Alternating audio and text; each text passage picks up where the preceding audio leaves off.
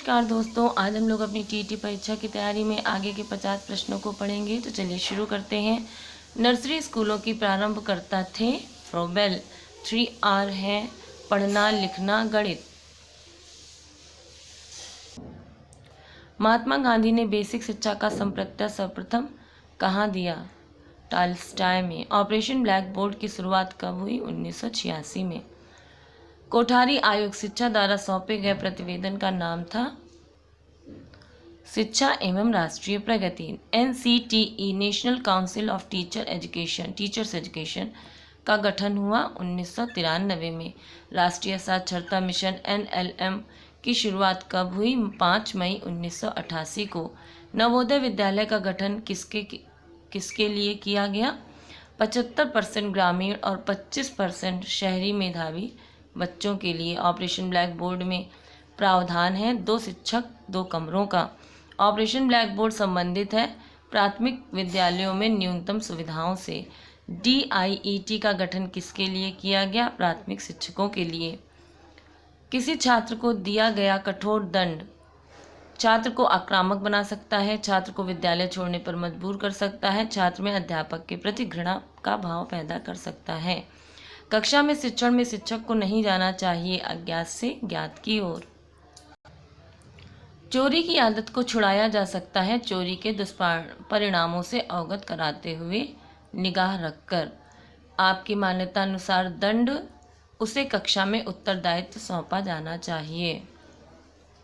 अनुशासन का सर्वोत्तम रूप है प्रजातांत्रिक। कुछ बच्चे छुट्टी होने से पहले ही बिना अनुमति लिए घर चले जाते हैं। इस आदत को छुड़ाने के लिए यह प्रयास किया जाए जिससे बच्चे समझ जाएं कि यह एक गलत कार्य है। कक्षा अनुशासन का संबंध है विषय के प्रस्तुतिकरण से। कक्षा अनुशासन बनाए रखने के लिए आवश्यक है कि अध्यापक छात्रों के मन में जिज्ञासा पैदा करे। अनुशासन और संस्कार डालने की प्रारंभिक जिम्मेदारी है परिवार की। यदि कोई शिक्षक कक्षा में छात्र की निंदा करे तो छात्र अपमानित महसूस कर हीनता का शिकार हो जाएगा। एक कहावत है, डंडा छोड़ा बच्चा बिगड़ा। आप इससे कहाँ तक सहमत हैं? पूर्णतः सहमत हैं। शारीरिक दंड के बारे में आप क्या सोचते हैं? यह शिक्षक और छात्र दोनों के हित के विरुद्ध है। समय समय पर विद्यार्थियों के निरीक्षण के भय से शैक्षिक वातावरण बन जाता है। किसी कक्षा में सर्वाधिक महत्वपूर्ण स्थान है छात्र का। यदि कक्षा के छात्र प्रश्न पूछें और उत्तर बताएं तो उनका ज्ञानवर्धन अच्छा होता है, उनकी सहभागिता बढ़ जाती है, उनकी अभिव्यक्त क्षमता बढ़ती है। उपरोक्त सभी। कभी कभी कक्षा शिक्षण में कोई मनोरंजक प्रसंग आने पर छात्र खुलकर हंस पड़ते हैं। यह अंग है प्रभावी शिक्षण अधिगम प्रक्रिया का।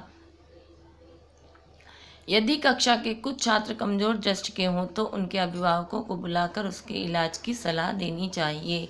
संचयी अभिलेख मदद करता है बच्चों का ज्ञानात्मक विकास में, नैतिक स्तर सुधार में, निदानात्मक शिक्षण में। बच्चों का सही मूल्यांकन होता है मासिक परीक्षा से। मूल्यांकन का सर्वोत्तम रूप है सतत एवं व्यापक मूल्यांकन। प्रश्न पत्र का सही रूप है पहले आसान और बाद में कठिन प्रश्न। एक अच्छी परीक्षा के 3 महत्वपूर्ण गुण हैं, वैधता, व्यवहारिकता और मूल्यांकन। प्रश्नों का वह स्वरूप जिसमें स्वतंत्र अभिव्यक्ति का अवसर नहीं मिलता। वस्तुनिष्ठ प्रश्न। पाठ्यक्रम प्रेरित होना चाहिए प्रयोजन से। वर्तमान समय में बालक बालिकाएं एक ही विद्यालय में पढ़ते हैं, क्या इनका पाठ्यक्रम भी एक सा ही होना चाहिए? हाँ, क्योंकि इससे लिंग भेद समाप्त होगा। क्रियात्मक शोध की रूपरेखा होती है लचीली। क्रियात्मक शोध में उपकरण प्रयुक्त होता है अवलोकन, प्रश्नावली, साक्षात्कार। उपरोक्त तीनों। क्रियात्मक अनुसंधान हेतु सोपान होते हैं 6। किस पद्धति द्वारा सामाजिक समस्याओं का हल खोजा जाता है? सोशियोग्राम पद्धति द्वारा। निम्नलिखित में से कौन सा विषय क्रियात्मक अनुसंधान का हो सकता है? विद्यालय में छात्रों में अनुशासन की समस्या का निदान। क्रियात्मक अनुसंधान संबंधित है शिक्षक से, शिक्षार्थी से, विद्यालय से। उपरोक्त सभी से। क्रियात्मक अनुसंधान का प्रयोग शिक्षा में करने का श्रेय किसे जाता है? स्टीफन M कोरे को। मूल्यांकन एक क्रमिक प्रक्रिया है जो संपूर्ण शिक्षा प्रणाली का एक अभिन्न अंग है और यह शैक्षिक उद्देश्यों से घनिष्ठ रूप से संबंधित है। इस कथन को कहा है कोठारी आयोग ने। मूल्यांकन का अर्थ है छात्र के शैक्षिक लक्ष्यों की प्रगति की जांच। परीक्षण शिक्षण के लिए है, शिक्षण परीक्षण के लिए नहीं। यह मूल्यांकन का लक्ष्य है व्यापक। बालक की रुचि का परीक्षण मूल्यांकन की कौन सी विधि है? वैयक्तिक परीक्षा। जब किसी परीक्षा के बार बार अंकन करने पर कोई अंतर नहीं आता तो वह परीक्षा कहलाएगी विश्वसनीय। मूल्यांकन की प्रक्रिया को किस रूप में माना गया है? त्रिभुजाकार। निम्नलिखित में से कौन मूल्यांकन प्रक्रिया का आवश्यक अंग नहीं है? छात्रों की योग्यता का वांछित स्तर। तो दोस्तों यहाँ पर हमारे 50 प्रश्न पूरे होते हैं। इस वीडियो को सुनिए, जितनी बार आप सुनेंगे आपके प्रश्न उत्तर तैयार हो जाएंगे। और वीडियो अच्छा लगा हो तो लाइक करें, शेयर करें, सब्सक्राइब करें। Thank you.